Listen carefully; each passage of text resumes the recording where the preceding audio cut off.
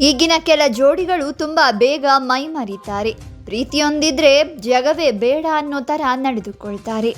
ಇದೀಗ ಅಂಥದ್ದೇ ಒಂದು ಘಟನೆ ನಡೆದಿದ್ದು, ಕಿಕ್ಕಿರಿದು ತುಂಬಿದ್ದ ಬಸ್ಸಿನೊಳಗೆ ಯುವಕ ಯುವತಿ ನಾಚಿಕೆ ಬಿಟ್ಟು ರೊಮ್ಯಾನ್ಸ್ನಲ್ಲಿ ತೊಡಗಿದ್ರು. ಇದು ಸಹ ಪ್ರಯಾಣಿಕರೊಬ್ಬರು ರೆಕಾರ್ಡ್ ಮಾಡಿದ್ದು ವಿಡಿಯೋ ಸಾಮಾಜಿಕ ಜಾಲತಾಣದಲ್ಲಿ ಹರಿದಾಡಿ ವೈರಲ್ ಸೃಷ್ಟಿಸಿದೆ.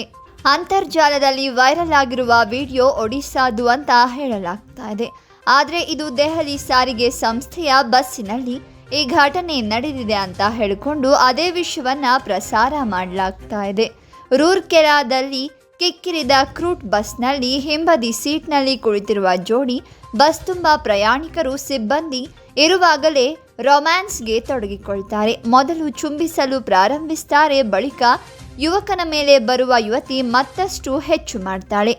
ಈ ಜೋಡಿಯ ರೊಮ್ಯಾನ್ಸ್ ನೋಡಿ ಅಕ್ಕಪಕ್ಕದಲ್ಲಿದ್ದ ಸಹ ಪ್ರಯಾಣಿಕರೇ ನಾಚಿಕೊಂಡಿದ್ದಾರೆ.